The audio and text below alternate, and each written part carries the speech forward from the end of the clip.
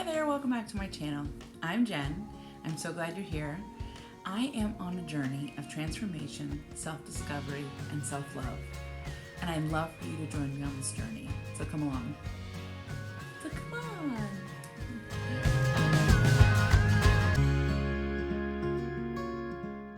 Hey, welcome back to my channel. I'm so glad you're here. Thank you for joining me on this journey. I want to say how much I appreciate all of you and all the comments that you leave and subscribing, the subscriptions, and finding me on Instagram and all that. I really appreciate it. And I am so thankful that you guys are sharing this journey with me. And I just want to take this moment to remind you that if you are like this content, to give me a thumbs up and go ahead and like this video. That's what a thumbs up is, and subscribe. Let me just adjust myself here. So today's video, so one of the things that a lot of people in my situation, or a lot of people in general, deal with is when they change their eating patterns, is leaving the food that they used to eat behind. And so one of the things that that anybody who knows me in real life will attest to this, I love Chick-fil-A. I probably spend more money at Chick-fil-A than I spend at Ulta in a year on makeup and skincare. I love that place. I could eat there every day and not get tired. So giving up Chick-fil-A, it's not very keto. There are some things on the menu that I can still eat and continue with my ketogenic lifestyle. But the thing that I love the most, the waffle fries and the breaded chicken nuggets or chicken strips, are no longer on my menu on what I eat on a normal day-to-day eating, because it's not keto. There's tons of carbs in it, sugar even, and it's just not going to be help me to maintain my ketogenic lifestyle and my optimum sense of health and well-being. So one of the things that I've been trying to do is, how can I take foods that I love and how can I adapt them to be more ketogenic? And so if you love Chick-fil-A nuggets, then this video is for you, because I have found a ketogenic recipe that transforms chicken tenders into delicious chicken nuggets. So good, in fact, that my children thought they came from Chick-fil-A. They did not know that Mommy had made them. They even ate them and like, oh, where'd you get these Chick-fil-A nuggets from, Mom? I didn't know you went to Chick-fil-A. They're delicious, and I am not even exaggerating. So if you would like to learn how to make Chick-fil-A nuggets, keep watching. And a bonus, I discovered another recipe on YouTube on Keto Fries. And so I attempted it for the first time, and they were pretty good. They were much better hot than cold, for sure. But they were pretty good. My husband, he came by, and you'll see a little glimpse of him. He came by and I said, try one of these. And he said, it's a French fry. And I'm like, yeah, sort of, not really. So I'm going to link both the recipes that I used for the keto chicken nuggets, for the Chick-fil-A copycat nuggets, and for the keto French fries. I'm going to link those in the comments. So please check out the original posters and give them some credit. But I would love for you to learn about these delicious recipes that I made, so follow along. And if you have other ideas for recipes you'd like to see me do, or if there's other foods that you really love and you're on keto too and you just want to find a way that you can maybe have some of that that previous, if you're looking for a way that you can adapt some food that you loved in the past and make it ketogenic, let me know and I'll see if I can help you out. I don't really think everything can be done that way, but definitely I think there are some options out there for some food. I have another recipe for pumpkin muffins that are delicious. If you'd like to see that, let me know. And I did buy some Lily's pumpkin spice chips that I'm still trying to figure out how to use them. So anyway, keep watching and let me know what you think. All right, so we are starting right off with the keto fries. So in my measuring cup, I have about 100 grams of almond flour, and this is the almond flour that I got from Costco, which is delicious, amazing. So you'll see I have my chicken marinating over there in some pickle juice. So to that, I'm adding xanthan gum, which is a stabilizer and used a lot in keto and also vegan and gluten-free foods. Gluten-free mostly. So I'm adding 3 tablespoons, I think it's a tablespoon or teaspoon, I'm not sure. I'm adding that to the almond flour. Then I'm gonna mix it up with a fork. And then I have some hot water right there on the side. And we're gonna add, I'm looking for a spoon because I didn't bring the right spoon over. Good job, Jennifer. Here we go. All right, there we go. We're gonna use a tablespoon. I must use a teaspoon before because there's a tablespoon. So there we go. I think it's 7. 2, 3, 4, 5, 6. Okay, I did 6. Unless I can't count. And then I'm mixing it up. I'm gonna mix it up, and it's really sticky. And this is to be expected. It's just almond flour, xanthan gum, and water. And it's amazing what it turns into. Really it is. So you just mix it up, and it's a little sticky, and I'm going to show it to you in a minute. I'm going to take it out and just give it a little squish with my fingers. If I can keep it in the frame. There we go. Little squish with my fingers, and just so you make sure it's all well combined, give it a little pat, and then we are going to let it rest, because as it rests, it will absorb some of that moisture and become less sticky. There we go.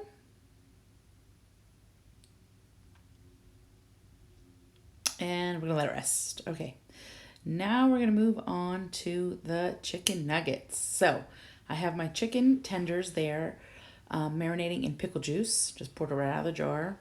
And then I have some ground up pork rinds, just regular flavored pork rinds. I ground them up in my blender. And in that cup, I have paprika, garlic powder, salt and pepper, and maybe some onion powder too. Ziploc baggie. Gonna throw all in the pork rinds in the Ziploc baggie. And I have found the baggies just work the best. And all the spices. And I probably could have added some more spices. I didn't really measure them. I eyeballed them, not gonna lie. Mix it all up. There's my chicken. And now we have to dredge the chicken. I'm going to reuse this container, an egg. We're going to make a little egg wash that we're going to dredge the chicken. I think I already cut up the chicken. Just a little egg wash there.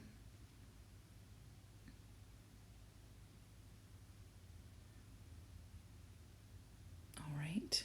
Egg wash, and I'm gonna use these tongs because I hate when you get the claw on your finger. So let me know what you think about this shot here. I didn't get my face in the shot. I thought it was more important for you to see the ingredients.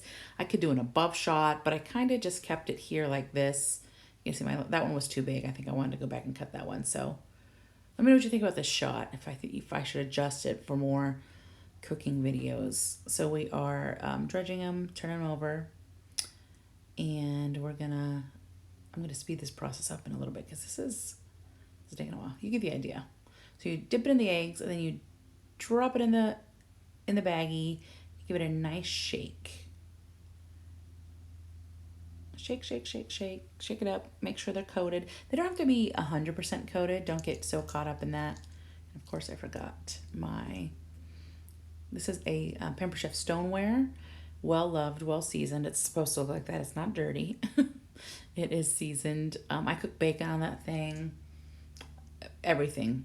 I use that. Probably was one of the most used kitchen items in my house. So, and you see my blender, my Pamper Chef blender in the back. That is what I ground up the pork rinds, and it's cleaning itself as we cook. All right. So there we go. Now we're gonna speed it up. Here you go. This I wish it didn't. I wish this is how fast it takes. So it does take a long time. I'm not gonna lie to you people and say, oh, it's so easy cooking your own food. It's not. It's time consuming. It's easy, but it is time consuming. So what I would do is I would do this whole tray and then cook it and then freeze them, and then you can have them whenever you want. So now those are in the oven cooking. We're going to move on to the Keto Fries. I'm using a silicone mat, which you really shouldn't cut on. I realized after I did this video. But next time I'll use a cutting board, I think. And I just have a little piece of wax paper over it. And I'm using the lightest pressure that you can imagine. You do not need to manhandle this dough. It is very soft and it is very pliable. So I'm very gently pressing it out. And I'm going to show you how thick I made it. It's very thin. It's probably like a quarter of an inch thick. And then remove the paper. And now we just need to cut it into fingers, to fries, into what we would consider a fry shape. So I'm just going through. And if it sticks a little bit, you can just reshape them. They're French fries. They don't have to be perfect. Like I said, you are not supposed to cut on this mat. Don't come from me, Pamper Chef people. I realized that after I had made this, the first time I used it. So there you go. And just cut them however you want them, big or small, whatever. And just kind of moving along the video, you can see. Then I moved over to my stove, and I am trying to film this and not burn myself, so please forgive my shoddy camera work here. I'm holding it. So I just have a cast iron skillet filled with avocado oil, and just dropping them in, trying not to burn myself. And you just want them to get to like a nice golden brown color. You see that turning over. I did speed this up a little bit. So yeah, you just fry them until they're nice and golden brown. And here we are. They fry pretty fast. It does not take long at all. I mean, I am speeding the video up, but I'm telling you, it doesn't take long. Just don't burn yourself. You're doing it in batches. Here they are. Look at those. Look at them. And they smell like French fries. And they look like French fries, and lots of pink salt. Pink salt is key in keto because it has lots of minerals that we miss. And I'm going to try one. And I couldn't believe it. They taste like a French fry. You know, not exactly like a French fry. I want to be clear, because nothing tastes, when you try to make substitutions, you try to find different, even when you're eating gluten-free or vegan, it never really tastes exactly like it used to taste, but it tastes well enough. All right. Oop, I'm moving on here. This is a little dipping sauce. It's just mayonnaise and sugar-free ketchup. That's it. Mix it up. I was like 2 tablespoons, maybe not. That's my husband in the back. Add some salt, add some pepper, and I thought, let me just give it a little kick and add some Worcestershire sauce. Worcestershire. There we go. Mix it up. It was amazing. Now let's try it. Now they really tasted like French fries. Yes, I was like, oh yes, this is it. This is the real business. Delicious. And then that's some sugar-free barbecue sauce for my nuggets. And here they are. Look at how golden brown they are and crispy. And here is my plated dinner. Some chicken nuggets, keto Chick-fil-A nuggets, keto French fries. Doesn't that look delicious? Guys, I have to tell you, it was amazing. So good. So good. Well, what do you think? Did those look amazing? They were amazing. The fries, like I said, were great too. I made that little sauce. I know that there is a Chick-fil-A sauce because we all know that the Chick-fil-A sauce is the best. It is liquid gold. It's delicious. I heard rumors that there is a copycat Chick-fil-A sauce out there, keto version. I did not have all the ingredients to try it and attempt it that night, but believe me, I will. I will find those. I will find that recipe and I will make it. But those Chick-fil-A nuggets were amazing. I cannot even tell you how delicious they were. And I have to tell you, the wonderful thing about keto is that even though I can make these, it was a lot of work, I'm not going to lie. And it definitely takes more work to make your food at home than to run through the drive-thru or DoorDash and get some Chick-fil-A delivered to your house. But the wonderful thing about keto is you're not as hungry because you are so satiated with fat.